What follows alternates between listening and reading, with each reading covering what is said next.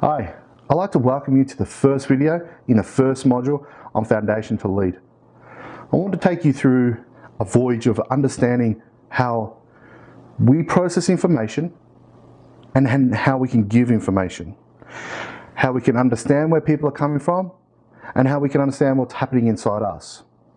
Because a lot of people tend to believe that they're leaders, however they're missing the foundations to platform off. And in this video, I want to really emphasize how we process information and how we can utilize that information for good, to elevate us to the levels we want to go to, or for negative reasons and allow us to stay where we are, procrastinate, and not really take steps forward in our progression and where we want to go. So it starts with judgment. How many of you have ever judged? I'm a killer for judgment. I've judged a lot throughout my years, and it had never really put me in a great place. My one bad habit I would have to say is when somebody cuts me off in traffic. That's probably the one bad thing I get, is that I forget that yesterday I was that person cutting somebody off in traffic, and so I never give space for that. I always tell them off, gestures and what have you. However, why are they cutting me off? Are they cutting me off because they're late? Are they cutting me off because of whatever's happening for them? Because we've all got stuff that we're dealing with at any one time.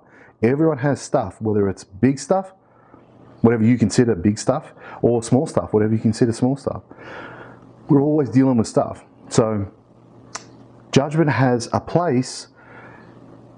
However, it can't be a judgment against somebody else, because you don't know what they're going through. You don't know what they're doing. You don't know how they're absorbing information, what's going on for them at the time, what experiences they've experienced.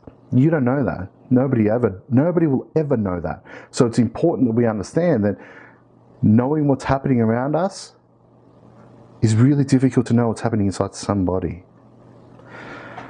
So I want to start with, I want you to think about it this way. The map is not the territory. That's another way of understanding how we process information. The map is not the territory. And what that means is a map can only ever be a representation of a city, for an example, or of a place where we're going to, or a place that we're doing, or think of your brain like that. Your brain is this city. And let's use Melbourne for an example, because I live in Melbourne, it's easier. Imagine your brain being Melbourne. Okay? The map can only ever be a representation of your brain. It can never be the brain. So if we're looking at this from a reality point of view, reality isn't what it is for everybody else. It is what it is to you only. So what's happening is we're bringing in this information, and then we're making it mean whatever it makes it mean to us based on our experiences, our values, beliefs, and what have you. Where a lot of the time, we tend to judge people based on the way we think. And somebody else doesn't think the way you do. Nobody thinks the same. Never do we ever completely think the same. That's what makes us beautiful, because we're so different. That's why we can learn so much of each other, because we're so different. We see the world in so many different ways, and it's beautiful. I love it. Personally, I never thought about it that way. However, when I started to, it really made an impact on me. Well, think about this, and everybody sort of seems to know, everyone's got a story. Everyone has a story. What you make that story mean is the key. So imagine having two kids growing up into a household where there's an abusive father. And this is just a roundabout story. However, this story, I know somebody who's grown up in this situation and how it's affected them. So without using names, this is an actual true story. However, everyone's got a story like this. Two boys growing up into a household with an abusive father who was a drunk, worked a great deal, and came home at night and was really he was dealing with his own stuff. He had his own stuff about the things and experiences that he had in his life. And so he was abusive, verbally, physically, never sexually. However, he was abusive. Put everybody down around him so that he could feel a little bigger at the time, so that he could restore status quo as effectively as he could. Throughout the years, they grow up and they get to puberty, and things are happening for them. They're growing up and they're learning and they're modeling and they're starting to do all these great things. And the abuse starts to ramp up a little bit, and it makes it really difficult for them to survive. And they do what they have to survive. I need to make that point really clear. If you are thinking about this story as, wow, this is me, you did whatever you did to survive in a situation you had to survive in. I want to make that clear. You did what you had to do to survive.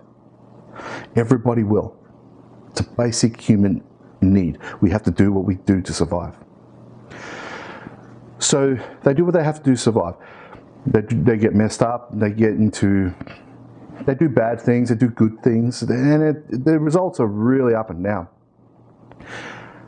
However, when it comes time to leaving your household, and it's time for them to go out onto the world and do their thing, one of those kids goes on to a better life, goes on to having a great job, doing the things that really empower him, have a really great family with a couple of kids, and has made something of himself as the way he sees it. And he's really comfortable and he's really empowered and he loves life. He's living life. Life isn't happening to him. And then on the other hand, you have the other boy who now has a family of his own, drinks a lot, works a lot, very abusive towards his kids, because he doesn't understand what's happening to him. And he's dealing with his stuff because he's made it mean whatever it made it mean for him. So all the abuse and stuff that had happened to him, he's now doing and inflicting because he doesn't understand it. And that there is a really massive way of understanding that two people can go through exactly the same, not quite exactly the same, but they can go through the same sort of experience and come out in two completely polar opposite ways. And that to me shows that we have control of what we choose to make things mean. It is a choice. Everyone has choice. And I'm going to show you that in a really quick diagram on the back here on the whiteboard, is that we all have choice. Now, if that story resonates with you, you know somebody who's gone through something like that, then you completely understand the benefits of understanding that, hey, we have choice. You can choose to make it mean this, or you can choose to make it mean that. You may even be thinking, Luke, you're really off base here, and maybe you should shut up. I'm okay with that too, because I choose to believe that we have control. And the story is true. If two people can completely come out on polar opposites, then one made it mean that I never want to be that. I want to be better than that. I want to give my kids a different future. And the other one made it mean that, well, this is life. This is how I'm supposed to live. Rightly or wrongly, it doesn't matter. What matters is what that person made it mean. And so I hope that you got a little bit out of that story and that you can really play around that story in your head. I mean, I'm sure that you've got your own story too. What you chose to make it mean. Did you choose to make it mean something negative? Or did you choose to make it mean something positive? That's a really important part of our development, I believe. Understanding how we make things mean. So, I do apologise for my drawings. They're not the best. I tend to do Mr. Burns style faces on the whiteboard, but I'll do my best. And let me just quickly explain to you how this all works. Okay, so like I said, not a great picture, but we'll give it a go. Okay, so let's look at it from this point of view. We have all this information coming in at any one time. We have 2 million bits of information coming in at us every second. That is a lot of information. Huge amount of information that we can't take on. So we break this information down into 7 plus or 2 minus chunks of information. So at the highest end we could take in 9 chunks of information, and at the lowest end we could take in probably 5. Some people even go lower. It's really depends on what your chunk level is. Understanding that will change the way you learn. So taking this to the next level, let's just say it's 7 chunks. Okay, so we're smack bang right in the middle. 7 chunks of information we can take in. And what we do is we take that 7 chunks, okay, and we absorb them through our visual, auditory, kinesthetic, olfactory, and gustatory. All our senses. Every one of our senses come into play while we accept this information. And I want for you to understand that we will accept the information first. Before we can accept and reject the information, we have to first try it on. So that means all the information that's going on around you, we're absorbing. Every bit of it. We're trying it on, and then we choose to accept or reject. That's the choice. It is a choice with the information you receive. So if you're having a nasty conversation with somebody, you could choose to accept and look for a positive meaning in the conversation. What can we learn from it? What can we grow from it? Or you can choose to look at it from a negative point of view and say, okay, well, you're an asshole, let's fight. Fight or flight mode comes in, and now we're going to go into a negative place where we don't necessarily want to be. So with our 7 plus or 2 minus chunks of information, I want to touch on this, is that because we use all of our senses to absorb this information, think about this.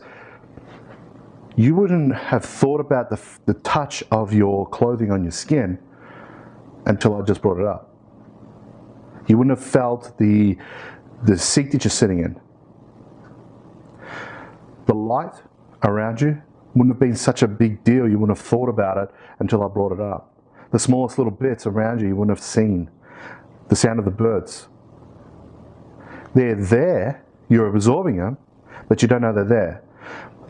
They're not in our conscious mind. Our subconscious is taking care of that all for us. So our subconscious is doing a big amount of work. So all that stuff is coming through our senses, and then from there it comes through, and then we delete, distort, and generalize the information. And just think about that. How much have you deleted, distorted, and generalized to make it fit into your map of the world, into your brain, into the way you see the world? And that's really what it's about, is how are we absorbing the information to suit us. And inside that, we will delete, distort, and generalize based on our values, beliefs, and our experiences. All of them. That's how we will delete and distort and generalize our stuff. Think about deletions. My wife and I, we tend to talk a lot, and I hope that most couples do. However, if she's not fully engaged, even when she is, she will still delete stuff. She will delete whole words out of sentences because it doesn't fit into her map. Or because she's chunking out, she's taking too much chunks and she can't handle it. Either way, she's missing parts of the story. So when we will either go into an argument or somebody will feel offended because that deletion has happened, and we can't help that. Sometimes this happens because of our map of the world. You can change it. You can change it. You have to be consciously aware of it. Consciously aware of what you're deleting, distorting, generalize. So a really cool way is just to notify them and let them know, no, I think you missed part of that, because that's not what I said. What I actually said was blah, blah, blah, blah. And fill in the gaps. And some of these people you're not going to be able to do that with. Some people you're not. If you're listening to this and that is you, and you're deleting, distorting, generalizing stuff out of sentences to suit your world, and it's not working well for you, I suggest that you take on the feedback in a positive way. This is about you giving, not just about you receiving. So what can you give to this person? And what you can give is a really positive conversation and a great outcome. Isn't that what we're all after? So after this, we delete, distort, and generalize. I think of a really good generalization would be all red cars drive fast. Because once a Ferrari came out and it was red. You know, that's a really cool generalization. I think it's a really easy one that everyone can sort of grasp from around. And then so from here, what we tend to do, and this is something that we all do, it's not generalized to 1, 2 people, this is everybody. Everybody will create this as based into their map of the world. So from here, what we'll do is we'll internalize it. And we'll give it a meaning. And based on that meaning, whether you choose to make it positive or negative based on the values, beliefs and experiences that you've got in your repertoire and the way you've lived your life, based on this will depend on what you make it mean, whether it be positive or negative. And then from there, we'll give it a feeling or a state. We'll go into a state, which is a feeling. And then what happens after that is something that we all get to see, and that's our body language. Our physiology starts to come out and play. And once that physiology starts to come out, everyone can see your feeling. Everyone can see what's happening inside you. Okay? And that's why sometimes you'll get this. How many times have you been in a situation where somebody's come over to you and said, "Are you okay?" And you go, "Of course I'm okay." And you're given this negative response because you don't necessarily want them to know what you were thinking. And it could have been non-related to what was going on around you. You could have been off with the fairies thinking about something different. That's okay too. However, what you're thinking is putting you, and you're making it mean something, and that's putting you in a state. Once it goes into state mode, you are getting seen on the outside. Your body language is starting to project what you are thinking and feeling. Once that happens, people are going to ask questions. People are going to get offended. People are going to do things based on their map of the world, whether they believe it's right or wrong.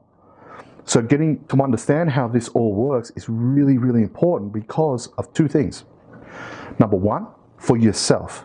You can put yourself into a really great state based on what you make things mean, based on what your values and beliefs are, based on what you're absorbing, based on the chunk level you're at. The other way is to look at this from the other person's point of view. What are they chunking out on? How are they absorbing that information? And this can happen in a split second.